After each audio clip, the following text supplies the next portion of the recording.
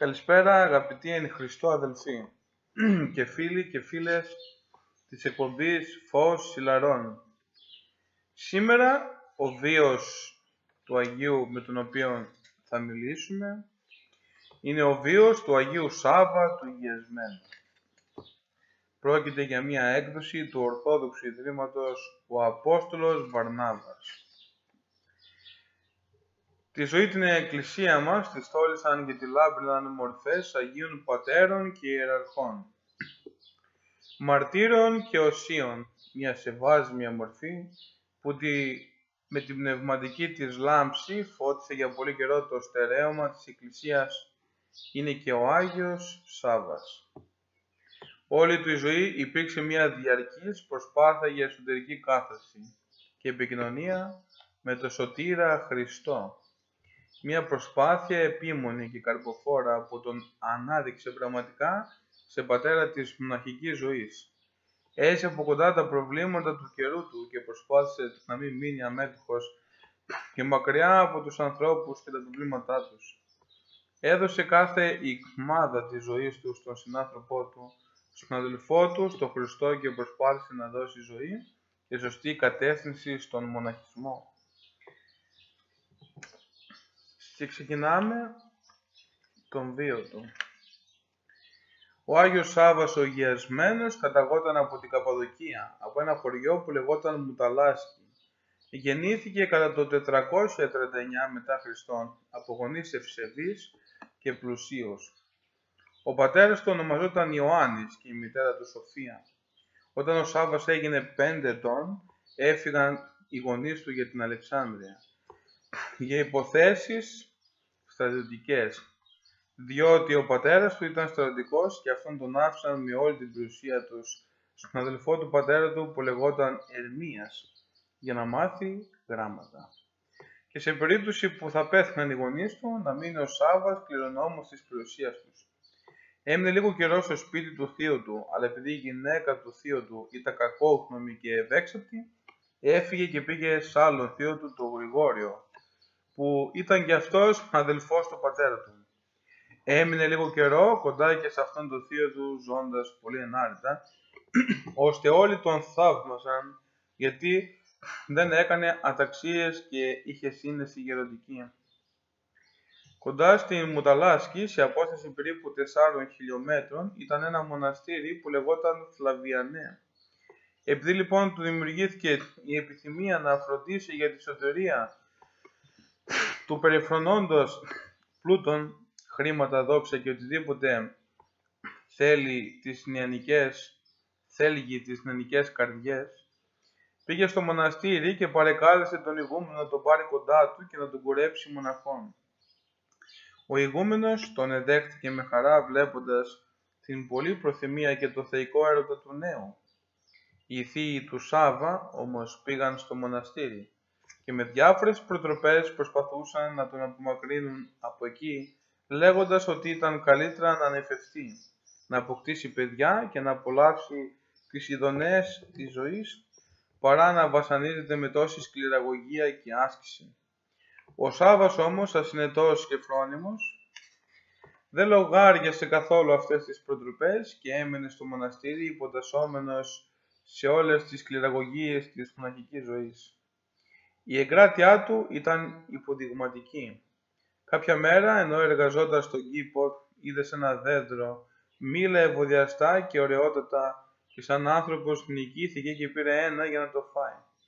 Καταλαβαίνοντας όμως ότι αυτό που έκανε ήταν πειρασμός του πονηρού, που τον παρακινούσε να παραβεί την τάξη και να το φάει πριν από την ώρα την κανονική, και ενθουσιασμένος το κακό που έπαθαν οι προπάτορες στον Παράδεισο, πέταξε το μήλο στη γη και δεν το έφαγε.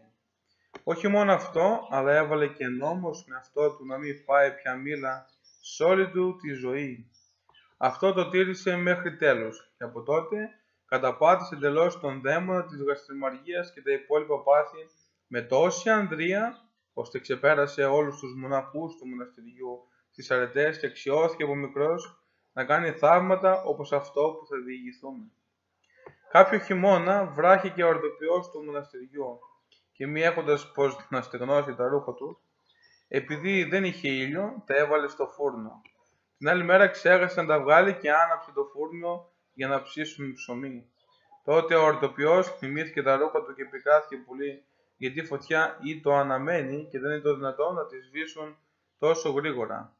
Ο Σάββας τότε περιφρόνησε το σώμα του και μπήκε αμέσως στο φούρνο και έβγαλε τα ρούχα απείραχτα, χωρίς καθόλου να καεί ούτε μία τρίχα από το κεφάλι του. Όσοι τον είδαν θαύμασαν και από την ώρα εκείνη τον εσέβονται, όχι σαν παιδί, αλλά σαν σεβαστό γέροντα, γιατί έβλεπαν την παρεσία του προς το Θεό και την αρετή του. Αφού έμεινε αρκετό καιρό στα Φλαβιανά, επιθύμησε να πάει στα Ιεροσόλυμα για να γνωρίσει τους Αγίους τόπους και να δει εναρέτους και Αγίους άντρες και να ωφεληθεί από αυτούς. Στην αρχή ο ηγούμενος δεν ήθελε να ωφελούνται οι μοναχοί. Κατά προτροπή Θεού όμως αναγκάστηκε να τον αφήσει ελεύθερο. Έφτασε λοιπόν στα Ιεροσόλυμα σε καιρό χειμώνα και έμεινε στο μοναστήρι του Ιερού Πασαρίωνος μέχρι να περάσει ο χειμώνας. Πολλοί που έμαθαν τον ερχομό του Σάββα και την Αγία του ζωή φιλονικούσαν μεταξύ τους ποιος να τον πάρει στο μοναστήρι του. Εκείνος όμως έμαθε ότι βρισκόταν εκεί κοντά ο Μέγας Ευθύμιος, που φώτιζε με τη δασκαλία του και τα δάματά του την περιοχή και θέλησε να γίνει μαθητής του. Πήγε λοιπόν και έπεσε στα πόδια του Ευθυμίου και με δάκρυα τον παρακαλούσε να τον δεχτεί στη συνοδεία του.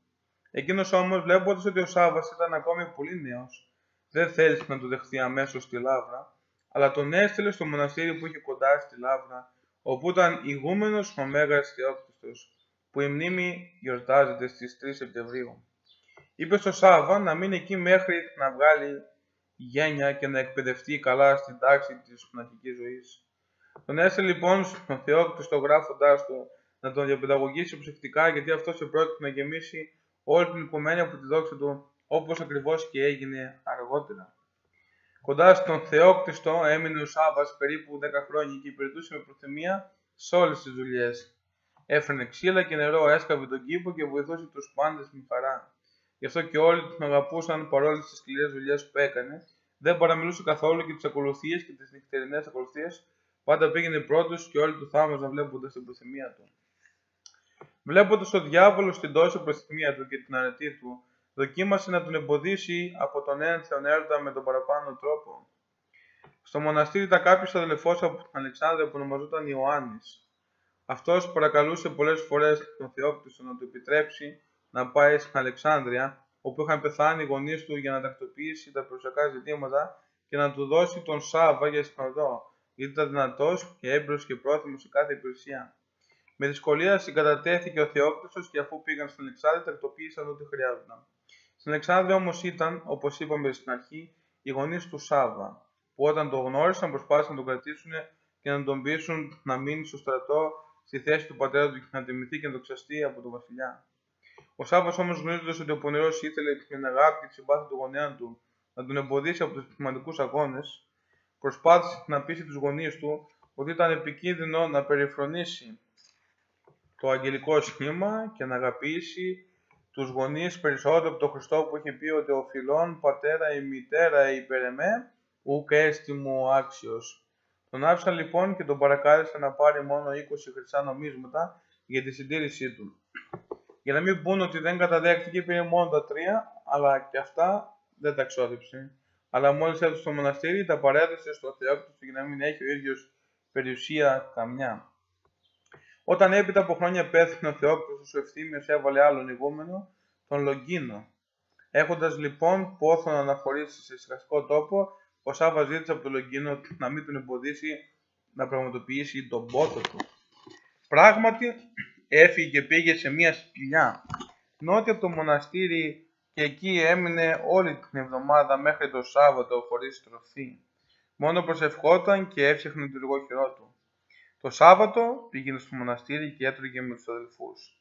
Τη δε Κυριακή και έπειτα συγκέντρωνε φοινικόφυλλα όσα χρειάζονταν για μία εβδομάδα για το εργόχειρό του και κατόπιν πήγαινε στη σπηλιά του. Έτσι πέρασαν 5 χρόνια. Βλέποντας ο Ευθύμιος τη ζωή του, τον πήρε στη συνοδεία του μαζί με κάποιον άλλο μαθητή που λεγόταν Δομετιανός. Είχα συνήθεια να πηγαίνουν κάθε χρόνο Ύστερα από τη γιορτή των Θεοφανίων, βαθιά στην έρημο, να ασκητεύουν όλη τη μεγάλη τεσσαρακοστή και ξαναγύριζαν πάλι για την Ανάσταση. Ξεκίνησαν λοιπόν και οι τρεις και περπατούσαν σε εκείνη την έρημο πέρα από την νεκρά θάλασσα. Επειδή όμως ο δρόμος ήταν μακρινός και χωρίς νερό και οι μέρες πολύ ζεστές, εξασθένησε ο Σάββας και λιποθύμησε, μη μπορώντας να περπατήσει άλλο και έπεσε σαν νεκρός. Αμέσως, ύστερα από την προσευχή, χτύπησε με το σκαλιστίνι του το χώμα και από την άγονη και έρημη γη ξεπήδησε νερό γλυκό και δοσερότατο. Αφού ήπιο ο Σάββας, ξεδίψασε και ενδυμώθηκε και στον υπόλοιπο δρόμο δεν κουράστηκε πλέον. Όταν έφτασαν στον τόπο που ήθελαν, ο Σάββας προσπαθούσε να μιμείται σε όλα τη ζωή του μεγάλου Ευθυμίου και τον είχε σε όλα του σαν ζωντανό πρότυπο. Σε λίγο καιρό όμως πέθανε ο Ευθύμιος και οι μαθητές του παραμελούσαν σιγά σιγά την αρετή και δεν είχαν τόση προθυμία για την άσκηση. Γι' αυτό λοιπόν απομακρύνθηκε από εκεί ο Σάββας και πήγε στην έρημο του Ιορδάνη σε ηλικία 35 ετών. Από την ώρα αυτή και ύστερα άρχισε να τον πειράζει κρυφά και φανερά ο δαίμονας και προσπαθούσε να το φοβερήσει μέσα στην ερημιά για να τον απομακρύνει. Κάποια νύχτα, ενώ ήταν ξαπλωμένος για να ξεκουραστεί λίγο από την άσκηση, είδε κοντά του φίδια και σκορπιούς και άλλα διάφορα ερπετά που έδειχναν ότι ήθελαν να το δαγκώσουν. Ο Σάββας στην αρχή δίλιασε, αλλά ύστερα σκέφτηκε ότι ήταν έργο δαιμονικό και σηκώθηκε με θάρρος και προσευχήθηκε. Αμέσως όλα εκείνα τα δηλητηριώδη ερπετά εξαφανίστηκαν σαν καπνός. Έπειτα από λίγες μέρες ξαναπροσιάστηκε ο δαίμονας με τη μορφή φοβερού λιονταριού και έδειχνε ότι ήθελε να ορμήσει πάνω του. Ο Άγιος δεν δίλησε καθόλου, αλλά είπε ατάραχα: αν πήρες με το Θεό εξουσία εναντίον μου, είμαι έτοιμος να με φας. Αν όχι, γιατί ταράζεσαι άδικα? Εγώ μπορώ να σε καταπατήσω με τη δύναμη του Θεού. Μόλις είπε αυτά, έγινε άφατος αποκρινόμενος και από την ώρα εκείνη ο Άγιος υπέταξε όχι μόνο τα νοητά θηρία, αλλά και τα αισθητά που συγκατοικούσαν μαζί του χωρίς να το βλάπτουν καθόλου. Κάποτε το συνάντησαν 4 αγαρινοί που πεινούσαν τόσο ώστε κινδύνευαν να πεθάνουν. Όταν τον είδαν, το ρώτησαν αν είχε τίποτε φαγόσιμο. Τους πήρε λοιπόν στη σπηλιά του και τους φιλοξένησε με ό,τι είχε δηλαδή με καρδιές από καλάμια και ρίζες. Οι βάρβαροι θάμασαν την αρετή του και τη φιλοξενία του και αφού έφυγαν και έφυγαν, του έφεραν ύστερα από μέρες τυριά και ψωμιά και φοινικόφυλλα. Ο Άγιος οφειλήθηκε πολύ από αυτή τη χειρονομία των βαρβάρων που τόσα δώρα του έφεραν σε ανταμοιβή για τη μικρή χάρη που τους έκανε, ενώ εμείς σκέφτηκε πήραμε τόσα χαρίσματα από τον πλάστη μας χωρίς να του δώσουμε καμία ανταμοιβή, ούτε και φυλάξαμε καμία εντολή του. Επί πολλά χρόνια ο Σάββας έμεινε σε ένα δύσβατο μέρος σε μια σπηλιά κατά εντολή του Θεού και μερικοί Ισμαηλίτες το έφεραν τροφή. Έμεινε εκεί προσευχόμενος με το Θεό και από τότε κατανικήθηκε η κακουργία των δαιμόνων και πολλοί άνθρωποι βλέποντας την αρετή του Αγίου ήρθαν στη συνοδεία του. Επειδή πλήθυναν πολλοί οι προσερχόμενοι, αναγκάστηκε να κτίσει κελιά και ναόν όπου λειτουργούσε όποιος πνηρωμένος ερχόταν να προσκυνήσει, γιατί ο ίδιος δεν ήθελε να ερωθεί από ευλάβεια στο μεγαλείο της Ιερουσίνης. Επειδή το νερό ήταν μακριά από τη σπηλιά, οι μοναχοί είχαν στεναχώρια και κούραση πολύ. Προσευχήθηκε λοιπόν ο Άγιος στον Θεό να δώσει λύση στο πρόβλημα αυτό. Πράγματι, άκουσε ένα θόρυβο και είδε έναν άγριο όνο να χτυπάει το έδαφος με το πόδι του και να ανοίγει λάκκον, από όπου βγήκε νερό και ήπιο όνος. Καταλαβαίνοντας ότι πρόκειται για θεϊκό σημάδι, έσκαψε με το σκαλιστήρι του το ίδιο μέρος και είδε να αναβλύζει νερό πολύ και γλυκό και με αυτό εξυπηρετήθηκε από τότε το μοναστήρι. Σε ηλικία 50 ετών χειροτονήθηκε ιερέας από τον Πατριάρχη Ιερουσαλήμων Σαλούστιον. Ήθελε από καιρό έφυγε ο Άγιος πάλι για την ησυχία και πήρε μαζί του και ένα μαθητή του που λεγόταν Αγάπιος. Μια μέρα ήταν ξαπλωμένος ο Αγάπιος στο χώμα και από την κούραση και την νηστεία που κοιμήθηκε. Ο Σάββας ήταν ξύπνιος και προσευχόταν. Ξαφνικά είδε ένα λιοντάρι να στέκεται πάνω από τον Αγάπιο, να τον περιτυγίζει και να τον μυρίζει. Ο Άγιος φοβήθηκε μήπως το φάει το θηρίο και προσευχήθηκε αμέσως στον Κύριο. Όταν το λιοντάρι έφυγε χωρίς να βλάψει καθόλου τον Αγάπιο, μόνο το χτύπησε την ουρά στο πρόσωπο και ξύνησε. Βλέποντας τον λιοντάρι, φοβήθηκε και έδωσε κοντά στον Άγιο, που του έδωσε θάρρος και το συμβούληψε να προσέχει και να μείνει κάτω από τον ύπνο για να μην νικηθεί καθόλου από τα θηρία ορατά και αόρατα. Τον καιρό εκείνο πέθανε ο πατέρας του και η μητέρα του έγινε μοναχή. Ύστερα από λίγο καιρό πέθανε και αυτή και ο Άγιος χρησιμοποίησε όλη την περιουσία τους για διάφορες κατασκευές της λάβρας, ξενώνες, κήπους και άλλα χρειαζόμενα. Επειδή ο Άγιος έλειπε ότι οι συκοφάντες του δεν σταμάτησαν να τον κατατρέφουν, έφυγε από το μοναστήρι και πήγε στην Σκυθόπολη, σε ένα έρημο μέρος, και εκεί βρήκε μια σπηλιά ευρύχωρη όπου κατοικούσε ένα λιοντάρι. Η παράδοση αναφέρει το εξής χαριτωμένο περιστατικό. Αφού ο Άγιος προσευχήθηκε, έπεσε να κοιμηθεί. Ύστερα από ώρες ήρθε το θύριο εκείνο και μόλις τον είδε, τον έπιασε με τα δόντια από τα ρούχα και τον έσυρε έξω. Ξύπνησε ο Άγιος και αντίκρισε το θηρίο, αλλά δεν τρόμαξε. Σιλούκουσε να μπήκε στη σπηλιά, αλλά και πάλι το λιοντάρι τον έπιασε από το ρούχο και τον τράβηξε έξω. Τότε λοιπόν του είπε ο Σάββας: «Τι κοπιάζεις να με διώξεις? Η σπηλιά είναι μεγάλη και χωράει και τους δυο μας. Αν θέλεις να κατοικούμε μαζί, ησύχασε, διαφορετικά πήγε να βρεις άλλη κατοικία». Αφού είπε αυτά, ο Άγιος του λιοντάρι έφυγε και άφησε τον Άγιο ενόχλητο. Έπειτα από καιρό, νομίζοντας ο Άγιος ότι σταμάτησε ο φθόνος των μοναχών εκείνων που αναφέραμε πιο πάνω, γύρισε στη Λάβρα, αλλά βρήκε μεγαλωμένο το πάθος διαδομένο σε περισσότερους μοναχούς που είχαν παρασυρθεί από τους συκοφάντες, γι' αυτό και ξανάφυγε. Οι συκοφάντες του βρήκαν αφορμή τότε και διέδωσαν τη φήμη ότι τον Σάββα τον έφαγαν τα θηρία. Η φήμη αυτή έφτασε μέχρι τον Πατριάρχη, αλλά εκείνος δεν πίστεψε ότι είχε συμβεί κάτι τέτοιο. Όταν ύστερα από καιρό πήγε στα Ιεροσόλυμα, ο Άγιος και τον είδε ο Πατριάρχης, χάρηκε και τον παρακάλεσε να ξαναγυρίσει στο μοναστήρι του για να ποιμάνει το ποίμνιό του. Του έδωσε και μια επιστολή όπου έδινε εντολή στους μοναχούς να υπακούν στον Άγιο και όσοι δεν θέλουν να υπακούσουν να διωχτούν για να μην δημιουργούν σκάνδαλα. Όταν οι στασιαστές εκείνοι άκουσαν την εντολή του Πατριάρχη, θύμωσαν και αφού προξένησαν πολλές ζημιές στο μοναστήρι, έφυγαν και πήγαν σε ένα χήμαρο όπου υπήρχαν μερικά παλιά κελιά και έμειναν εκεί αφού τα επιδιόρθωσαν. Ο Σάββας, σαν ανεξίκακος που ήταν όταν έμαθε που εγκαταστάθηκαν, τους επισκέφθηκε και τους έδωσε πολλά τρόφιμα και ό,τι άλλο είχαν ανάγκη. Επειδή όμως είδε ότι επικρατούσε πολύ σύγχυση και αταξία, παρακάλεσε τον Πατριάρχη να του στείλει έναν ηγούμενο, πράγμα που έγινε και έτσι ηγούμενος τους ένας προεδρικός πνευός που λεγόταν Ιωάννης. Όταν ο Σάββας αποσύρθηκε κατά τη συνήθειά του στην έρημο, κάποιος Ιάκωβος Ιεροσολυμίτης που ήταν πολύ αυθάδης, παρακίνησε και άλλους και έφυγαν για να κτίσουν δικό τους μοναστήρι.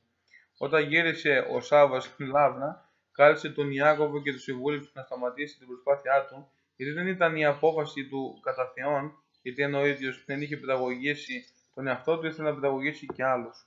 Ο Ιάκωβος όμως δεν θέλησε να συμμορφωθεί με τις προτροπές του, γι' αυτό και ο Άγιος του είπε: «Εγώ σε συμβολεύω τέκνο και εσύ δεν ακούς. Πρόσεξε μήπως πάθεις καμιά ζημιά και τότε καταλάβεις το συμφέρον σου». Αυτά είπε ο Άγιος και έφυγε για το κελί του. Αμέσως άρχισε να τρέμει το σώμα του Ιάκωβου και να κλονίζεται. Έπειτα του ήρθε πυρετός ψηλός και επί 7 μήνες έμεινε κατάκητος. Απελπίστηκε λοιπόν ο Ιάκωβος για τη ζωή του και τότε θυμήθηκε στις εντολές του Αγίου και παρακάλεσε να τον μεταφέρουν στον Άγιο για να ζητήσει συγχώρεση. Ο Άγιος τότε το αποκρίθηκε: «Ο Θεός να σε συγχωρήσει». Τον έπιασε έπειτα από το χέρι και αμέσως έφυγε εκείνη η φοβερή αρρώστια και έγινε τελείως υγιής. Έπειτα κοινώνησε των αχράντων μυστηρίων και πήρε και σωματική τροφή. Όλοι όσοι τον είδαν να τρώει και να βαδίζει, αυτός που προηγουμένως δεν μπορούσε να σαλέψει, θαύμασαν. Σε μια πόλη πέρα από τον Ιορδάνη που λεγόταν Μεδανιά, βρισκόταν κάποιος άρρωστος από καιρό που ονομαζόταν Γερόντιος. Αυτός πήγε στην Αγία Πόλη τα Ιεροσόλυμα για να προσκυνήσει τους Αγίους Τόπους και πήγαινε ανεβασμένος σε ζώο. Στον δρόμο όμως το ζώο τρόμαξε από κάποια αιτία και ο Γέροντης έπεσε και χτύπησε τόσο πολύ, ώστε κανένας γιατρός δεν τολμούσε να καταπιαστεί με τα σπασμένα του κόκαλα και κινδύνευε να πεθάνει. Ένας αδελφός του Γερόντιου νεότερος που γνώριζε τον Σάββα έδειξε στη Λάβρα και έπεσε στα πόδια του Αγίου παρακαλώντας τον να έρθει να το δει. Ο Άγιος τον λυπήθηκε και πήγε στο σπίτι του. Αφού έκανε την προσευχή του στον Κύριο, τον άλυψε με λάδι από τον Τίμιο Σταυρό και αμέσως ο άρρωστος βρέθηκε τελείως υγιής, γεγονός που προξένησε σε όλους τους παρόντες μεγάλη κατάπληξη. Κάποτε, ενώ βάδιζε ο Άγιος στον δρόμο που οδηγούσε στον Ιορδάνη, βρήκε ένα μεγάλο λιοντάρι που στο πόδι του είχε καρφωθεί ένα κομμάτι ξύλου και δεν μπορούσε να περπατήσει, αλλά ήταν ξαπλωμένο κατά γης. Βλέποντας τον Άγιο, σήκωσε το πόδι του ψηλά και του έδειχνε το πόδι, για να το λυπηθεί και να βγάλει το ξύλο. Ο Άγιος το λυπήθηκε και το έβγαλε με επιδεξιότητα το ξύλο το λιοντάρι τότε για να δείξει την γνωσύνη του. Τον ακολούθησε με προθυμία και υποτασσόταν σε αυτόν σαν δούλος.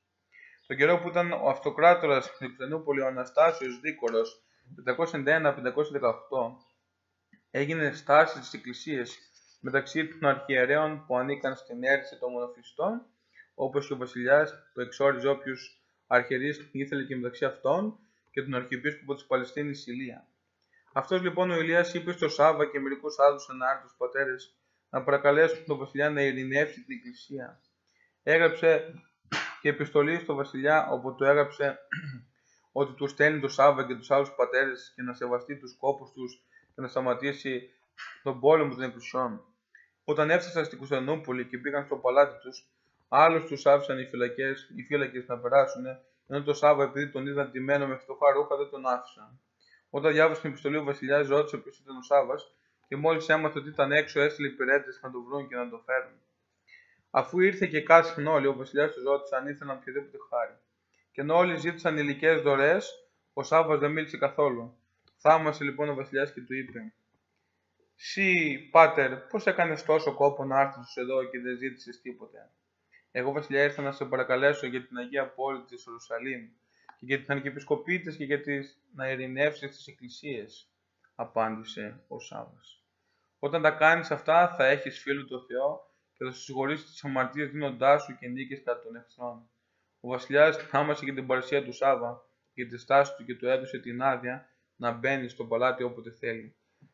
Του έδωσε και 1000 φλωριά να τα ξοδέψει στα μοναστήρια του, αλλά για τον Πατριάρχη Ηλία μίλησε με θυμό και τον κατηγόρησε. Ο Σάββας τότε με πολλή σύνεση και παρησία κατόρθωσε να καταπραίνει το θυμό του και να αναθεωρήσει την άδεια απόφασή του για ισόβια εξορία και του επέτρεψε να επιστρέψει και πάλι στο θρόνο.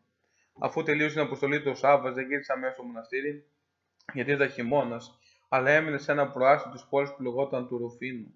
Εκεί πήγαιναν πολλοί να τον επισκεφτούν και πολλοί από αυτούς έγιναν μαθητές του, όπως η Ιουλιανή που ήταν η εγγονή του βασιλιά Ουαλαντίου και η Αναστασία που ήταν σύζυγος του Ποπίου, γιου του βασιλιά. Τον καιρό εκείνο έπεσε στην περιοχή των Ιερουσαλήμων μεγάλη πείνα και θανατικό, και όσο περνούσαν οι μέρες το κακό εξαπλωνότανε σε πολλές χώρες του Βυζαντίου. Από το κακό αυτό ερημώθηκαν πολλά σπίτια και έμεναν κατοίκητα. Οι κρατικές υπηρεσίες και ο βασιλιάς, για να μην χάσουν τη φορολογία που έπαιρναν, επέβαλαν έναν άδικο νόμο να πληρώνουν τους φόρους αυτών που πέθαναν οι γείτονες και οι συγγενείς τους. Όταν το άκουσε αυτό, ο Σάββας πήγε πάλι στον βασιλιά και του είπε ότι αυτό ήταν πολύ άδικο και θα κατέστρεφε τους φτωχούς, όσους έζησαν από τα δύο κακά, και θα ήταν επιζήμιο για την ίδια τη βασιλεία. Ο βασιλιάς σεβάστηκε τον Άγιο και θέλησε να ικανοποιήσει την επιθυμία του. Κάποιος όμως, άρχοντας πρωτοσύμβουλος του βασιλιά, που λεγόταν Μαρίνος, εμπόδισε τον βασιλιά λέγοντάς του ότι οι περισσότεροι άνθρωποι της Παλαιστίνης είναι Νεστοριανοί, αιρετικοί οπαδοί του Νεστορίου, και δεν έπρεπε να τους κάνει τέτοια χάρη. Τότε ο Άγιος του είπε οργισμένος: «Σταμάτα να εξάπτεις τον βασιλιά τον παλιό πόλεμο και μετανόησε για τα λόγια σου, γιατί διαφορετικά σε λίγες μέρες θα χάσεις τη δόξα σου και η μνήμη σου θα χαθεί και θα αφανιστεί». Τελικά επικράτησε ο νόμος ο άδικος μέχρι που πέθανε ο Αναστάσιος και έγινε βασιλιάς ο Ιωστίνος. Σε αυτόν έγραψε επιστολές ο Σάββας και διόρθωσε κάπως τον άδικο νόμο. Αλλά εκείνος που τον εξάλληψε τελείως ήταν ο Ιωστινιανός που βασίλειψε αργότερα. Εν τω μεταξύ ο Μαρίνος κινδύνεψε να του κόψουν το κεφάλι, γιατί έγινε ύστερα από λίγες μέρες στάση στην πόλη. Άρβαξαν όλη την περιουσία του, έκαψαν το σπίτι του και θα έχανε και τη ζωή του αν δεν μετανοούσε και δεν έκλαιγε την αμαρτία του. Έπειτα από αυτά, μερικοί αιρετικοί οπαδοί του Σεβίρου ξεσήκωσαν τον βασιλιά Αναστάσιο εναντίον των Αγίων Πατριαρχών Αντιοχίας, Φλαβιανού και Παλαιστίνης Ηλία και τους εξόρισε. Στη θέση του Φλαβιανού έβαλε τον Σεβίρο και παρήγγειλε στην Ολία ότι αν δεν δεχτεί τα δόγματα του Σεβίρου θα το διώξουν από τον θρόνο του. Τα έμαθε όλα αυτά ο Σάββας και αφού συγκέντρωσε όλους τους μοναχούς, εδίωξε άπρακτους τους ανθρώπους του βασιλιά και μπροστά τους αναθεμάτισαν τον Σεβίρο και όσους ακολούθησαν τη διδασκαλία του και μαζί με αυτούς και τον βασιλιά. Ο βασιλιάς θύμωσε για τον αναθεματισμό και έστειλε άρχοντα με βασιλική εξουσία για να διώξει με τη βία τον Ηλία από το θρόνο, αν δεν δεχτεί τα δόγματα του Διοσκόρου και του Σεβίρου. Ο άρχοντας πήγε πράγματα στην Παλαιστίνη, αλλά γύρισε άπρακτος, γιατί ο Σάββας συγκέντρωσε όλους τους μοναχούς και ο πατριάρχης τους κοσμικούς και αναθεμάτισαν όσους ακολουθούσαν τα αιρετικά δόγματα του Σεβίρου. Φοβήθηκε λοιπόν το πλήθος μήπως οργιστεί εναντίον του και γύρισε πίσω στην Κεσάρη της Παλαιστίνης. Στη συγκέντρωση ήταν παρόν και ο υπάτος ανυψιός του βασιλιά που είχε εχμαλωτιστεί και γύρισε εξαγορασμένος με χρήματα. Αυτός συνδέθηκε με τον Άγιο και ορκίστηκε πίστη στην Ορθοδοξία. Αυτό λοιπόν έστειλε ο Σάββα στο βασιλιά να μεσολαβήσει και να καταπραίνει το θυμό του γιατί δεν εισακούστηκε η διαταγή του. Του έγραψε ένα γράμμα με τη σύμφωνη γνώμη όλων των μοναχών, όπου του ετώνιζε ότι δεν ήταν δυνατόν η πίστη των πατέρων τους που τόσους Αγίους είχαν αδείξει να είναι λαθισμένοι και να χρειάζεται διόρθωση από πολιτικούς ακόμη. Του έγραφε ότι για την πίστη αυτή των Ορθοδόξων ήταν έτοιμοι όλοι να υπομείνουν τα πάντα, ακόμη και το θάνατο, παρά να βγουν από την εθνή διδασκαλία έστω και για ελάχιστον. Πήρε το γράμμα ο βασιλιάς, αλλά δεν βρήκε χρόνο να απαντήσει, γιατί πήγαινε στον πόλεμο. Αφού λοιπόν εξόρισαν άδικα τον Πατριάρχη Ηλία, όπως είπαμε προηγουμένως, έγινε μεγάλη πείνα και πολλή ακρίβεια σε όλη την Παλαιστίνη και για πολύ καιρό δεν έβρεξε καθόλου. Ο κόσμος, κοσμικοί και μοναχοί άρχισαν να πεινούν και να υποφέρουν. Ο Σάββας κυβερνούσε 7 μοναστήρια και γι' αυτά όλες τις ελπίδες τις είχε αναθέσει στον Χριστό, μην χάσουν τις ελπίδες τους στον Κύριο, και αυτός θα τους δώσει όλα όσα χρειάζονται. Έπειτα από λίγες μέρες ήρθε η λάβρα του Αγίου σε τόση στέρηση, ώστε για την ερχόμενη Κυριακή δεν είχαν ούτε για τη θεία λειτουργία άρτων. Πήγε λοιπόν ο διακονητής του μοναστηριού και του το είπε.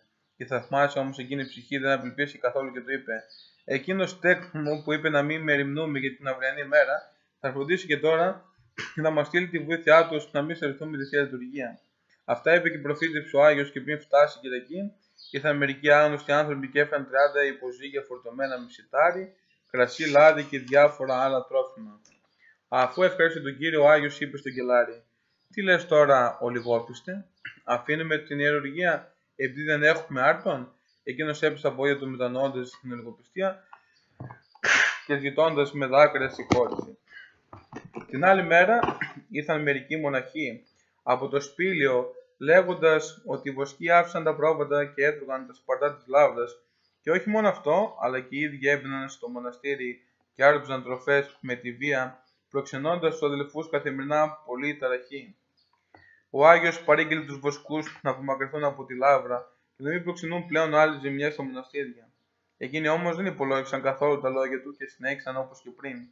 Αμέσως όμως έστυψε το γάλα των προβάτων και τα αρθιά άρχισαν να πεθαίνουν. Οι βοσκοί τότε κατάλαβαν ότι έπαθαν τη ζημιά εξαιτίας της παρακοής τους, και αφού έδειξαν στον Άγιο, έπεσαν στα πόδια του εξομολογούμενοι την αμαρτία τους. Υποσχέθηκαν δε να μην ξαναπλησιάσουν στα σύνορα της λάβρας. Ο Άγιος τους συγχώρησε και τους ευλόγησε, και αμέσως λύθηκε η στήρωση των προφάτων και το γάλα άρχισε να τρέχει άφθονα. Κινούμενος από την πρόνοια του Θεού, επισκέφθηκε μια μέρα τον Πατριάρχη Ηλία στον τόπο της εξορίας του. Μετά από λίγες μέρες, του είπε ο Πατριάρχης: Γνώριζε μακάριε Σάββα ότι σήμερα πέθανε ο βασιλιάς Αναστάσιος, και σε 10 μέρες πρόκειται να πάω και εγώ να παρουσιαστώ στο φρικτό βήμα του Δεσπότου Χριστού. Πράγματι, ύστερα από λίγες μέρες, ακούστηκε η φήμη ότι ο βασιλιάς πέθανε, και μετά ακολούθησε η κοίμηση του Μακαρίου Ηλία όπως το είχε προεπεί. Μετά το θάνατο του Αναστασίου ψήφισε με βασιλιά τον Ιωστίνο I. Αυτός έστειλε διατάγμα σε όλη την αυτοκρατορία να αναλάβουν και πάλι τους όνους τους οι Ορθόδοξοι αρχιερείς και να γράψουν στα Ιερά Βιβλία την Αγία Τετάρτη Οικουμενική Σύνοδο για να απολαύσει η Γαλλίνη Εκκλησία. Ο Άγιος Σάββας τότε ήταν πάνω από 80 ετών, άρρωστος και αδύνατος από την άσκηση. Εδίωσε όλα αυτά να τρέξει στην Κεσάρια και τη Σκυθόπολη, κυρίζοντας παντού το διάταγμα του βασιλιά και γράφοντας τα Ιερά Βιβλία των Εκκλησιών τις αποφάσεις των 4 Οικουμενικών Συνόδων που είχαν συγκεντρωθεί μέχρι τότε και συμβολεύοντας την διδασκαλία. Σε έναν δρόμο, καθώς βάδιζε, βρισκόταν μια άρρωστη γυναίκα αιμορροούσα πολλά χρόνια και έφυγε από αυτήν τέτοια δυσοδεία, ώστε δεν μπορούσε κανένας να πλησιάσει, ακόμη και οι συγκινήσεις της συχαίνονταν. Κανένας γιατρός δεν μπορούσε να τη θεραπεύσει. Μόλις είδε λοιπόν τον Άγιο να περνάει από εκεί, φώναξε λατρισμένη: Δούλε του Θεού, λυπήσου με την ταλέπορη. Ο Άγιος της πλαχνίστηκε. Την πλησίασε και αφού την έπεισε το χέρι, τη σήκωσε θεραπευμένη. Αυτό το θάμα ακούστηκε παντού στα γύρω μέρη, και κάποιος που είχε μία κόρη και βασανιζόταν από το δαίμονα έτρεξε αυτόν και τον παρακαλούσε να τη θεραπεύσει. Το σπλαχνίστηκε ο Άγιος και έκανε το σημείο του σταυρού επάνω στην κόρη και αμέσως λυτρώθηκε από την επίρρη του δαίμονα. Επειδή είχε 4 χρόνια να βρέξει, έφτασε στον Άγιο μοναχή από το σπήλαιο και ζήτησαν συγχώρεση να αναχωρήσουν, γιατί δεν μπορούσαν πλέον να υποφέρουν την έλλειψη του νερού. Ο Άγιος τότε τους είπε: κάνετε υπομονή λίγες μέρες και θα έρθει σε εσάς το θείο έλεος. Πράγματι, ύστερα από 3 μέρες ήρθε τόση βροχή, ώστε γέμισε με νερό όλες τις δεξαμενές. Ύστερα από τον Ιωάννη έγινε πατριάρχης ένας ευσεβής και ενάρετος κληρικός που λεγόταν Πέτρος. Αυτός είχε μια αδελφή με το όνομα Ησυχία, πολύ ενάρετη που ήταν βαριά άρρωστη και δεν μπορούσε να τη θεραπεύσει κανένας γιατρός. Παρακάλεσε λοιπόν τον Άγιο να τη θεραπεύσει. Ο Άγιος, αφού έκανε 3 φορές το σημείο του ταυρού επάνω της, τη σήκωσε υγεία από το κρεβάτι. Την εποχή εκείνη οι Σαμαρίτες έκαναν στάση κατά τον βασιλιά. Διάλεξαν δικό του βασιλιά κάποιον Ιουλιανό και άρχισαν να κακομεταχειρίζονται του χριστιανούς, να του βασανίζουν και να του ανατώνουν. Όταν το έμαθε αυτό ο βασιλιά, έστειλε στρατό και υπέταξε του Σαμαρίτες. Κάποιο όμως Σαμαρίτης επιφανής άνθρωπος πήγε στο Βυζάντιο και είπε ψέματα στον βασιλιά ότι για τη στάση των Σαμαριτών υπέτειοι ήταν οι άνθρωποι της Παλαιστίνης. Θύμωσε λοιπόν ο βασιλιάς και σκεπτόταν να του τιμωρήσει. Όταν ο Πατριάρχης Ιερουσαλήμ τα έμαθε αυτά, λυπήθηκε το λαό του και έστειλε τον Άγιο στην Κωνσταντινούπολη για να παρακαλέσει τον βασιλιά να μην κακοποιήσει τους ανετίους. Ο Σάββας πρόλαβε τα γεράματα και την αρρώστια του σώματός του πήγε με προθυμία στο Βυζάντιο, όπου τον υποδέχθηκε ο βασιλιάς και ο Πατριάρχης με πολύ τιμή. Ο βασιλιάς Ιουστινιανός έδειξε τόση αγάπη και ευλάβει στον Άγιο, ώστε όχι μόνο συγχώρησε τους κατοίκους της Παλαιστίνης, αλλά έδιψε και τους Σαμαρίτες από τα Ιεροσόλυμα.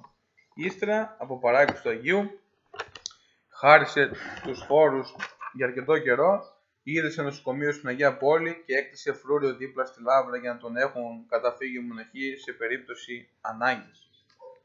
Αφού επέστρεψε στους Αγίους Τόπους, ο Άγιος και προσκύνησε τον τάφο του Σωτήρα, ήρθε στη Λαύρα και έπειτα από λίγο αρρώστησε. Τότε τον επισκέφθηκε ο Πατριάρχης Πέτρος και βλέποντας ότι δεν είχε τίποτε από όσα χρειάζεται ένας άρρωστος για να θεραπευτεί, τον παρακάλεσε να πάει στο Πατριαρχείο. Πράγματι, έμεινε λίγο καιρό στο Πατριαρχείο, βασανιζόμενος από την αρρώστια, αλλά κατάλαβε ότι πλησίαζε η ώρα να πάει στο Χριστό που είχε αγαπήσει. Έδωσε αμέσως εντολή να το μεταφέρουν στο κελί του και αφού ασπάστηκε όλους τους αδελφούς, ψήφισε στη θέση του άλλων πορεστότητα κάποιον μελιτάν. Έπειτα παρέδωσε την Αγία του ψυχή στα χέρια του Δεσπότη Χριστού στις 5 Δεκεμβρίου του έτους 533 σε ηλικία 94 ετών. 5 Δεκεμβρίου. Ένα από τα πολλά θάματα που έκανε ο Άγιος ύστερα από την κοίμησή του είναι και το εξής. 2 αδελφοί φίλοι, πιστοί του Αγίου, είχαν χωράφι και αμπέλι, και όταν ήρθε η ώρα του τρίγου αρρώσαν και οι 2. Φανόταν ο καρπός τους, γιατί δεν υπήρχε κανένας για να το μαζέψει. Έχοντας λοιπόν διπλή στεναχώρια και για την αρρώστια και το χάσιμο των καρπών, θυμήθηκαν την αγάπη που τους είχε ο Άγιος και τον επικαλέστηκαν σε βοήθεια. Το πρωί σηκώθηκαν χωρίς καμιά αρρώστια και κήρυξαν παντού το θάμα της θεραπείας τους. Η μνήμη του Αγίου τιμάται στις 5 Δεκεμβρίου.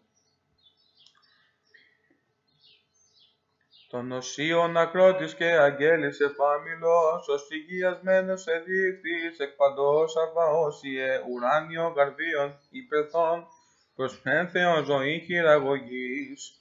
Διαλόγουτε και πράξεως αληθούς τους πίστη εκβώντας η δόξα το δεδοκό της ίσχυν, δόξα το σε στεφανός αντιδόξα το ενεργού τη δία σου πασινιάματα.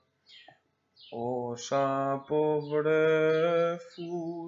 το Θεό θυσιάμενος προς ενεχθείς αρετής αβαμακάριε, τος επριγεννηθήνε επισταμένο εχρημάτι σας τόσιαν εγκαλοπίσμα,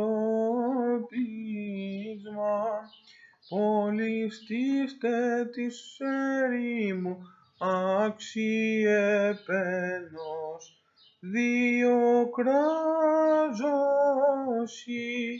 χέρις πάτερ αηδήμε.